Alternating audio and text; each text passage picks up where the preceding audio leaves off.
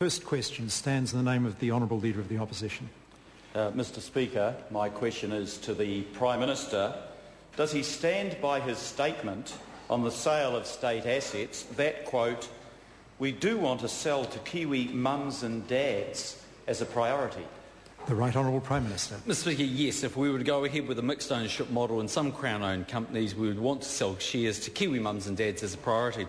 There would no doubt be also demand from KiwiSaver accounts and other New Zealand managed funds, as well as iwi, Super Fund and other Crown financial institutions. The Honourable Leader of the Opposition. Supplementary question, Mr Speaker. Will the mums and dads be free to on-sell their shares to foreign investors? The Right Honourable Prime Minister. Mr Speaker, yes, but history indicates that they are less likely to do that. The Honourable Leader of the Opposition. Question, Mr Speaker. Actually, doesn't history indicate that when National sold Contact Energy, the shares to the so-called mum and dad investors that it talked about then quickly flowed to the corporates and to foreign investors, and that most of the dividends from that company now flow out of this country? The Right Honourable Prime Minister. Mr Speaker, unfortunately for Mr Goff, no. The proportion that was originally sold was 31% to retail investors. You'll remember that 51% was sold to Edison. Only 22%, it's now fallen to 22% in 12 years. But interestingly enough, actually, the member might be interested in this report, and I suggest he takes away and has a read of it. It's by Patrick Smelly.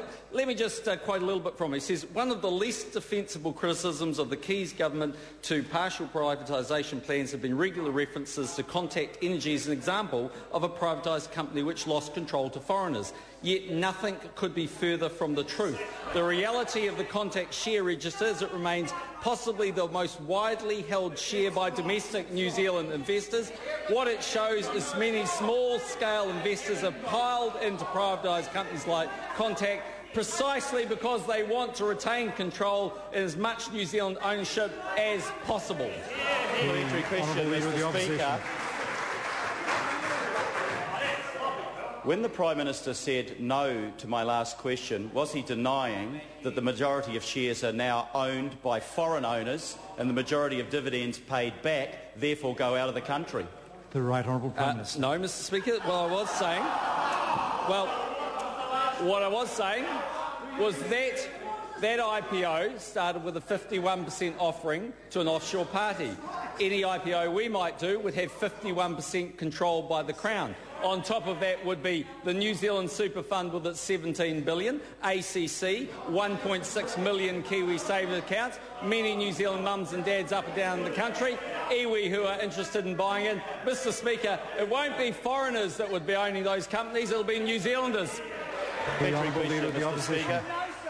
Mr Speaker, isn't it dishonest to talk about sale to mum and dad investors when in fact all Kiwi mums and dads currently own those companies, and the result of his sale will be that those shares go only to those who can afford it and to foreign corporates?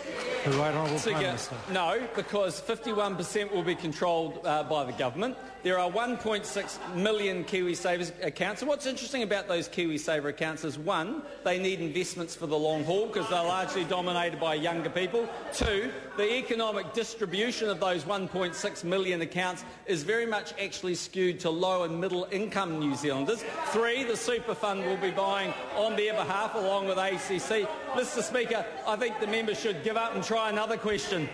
The Honourable Leader of the Opposition. Mr Speaker, I will if I get a better answer than that one. Order. Mr Speaker, can the Prime Minister guarantee to mum and dad consumers that prices for electricity won't go up at an even faster rate as the private shareholders seek to maximise their dividends and increase the directors' fees, as in fact happened with Contact Energy when it was privatised, and as happened in Australia with privatisation? The Right Honourable Prime Mr Speaker, I'm pretty sure I can guarantee they won't go up 72% like they did under a Labor government in 9 years. But secondly, hey, don't take my word for it. Let's go and check out the Consumer New Zealand Institute, who are an independent body whose chief executive, Sue Chetwynd, said, "I agree with Mr Key's assessment that electricity prices would not increase because of partial privatisation.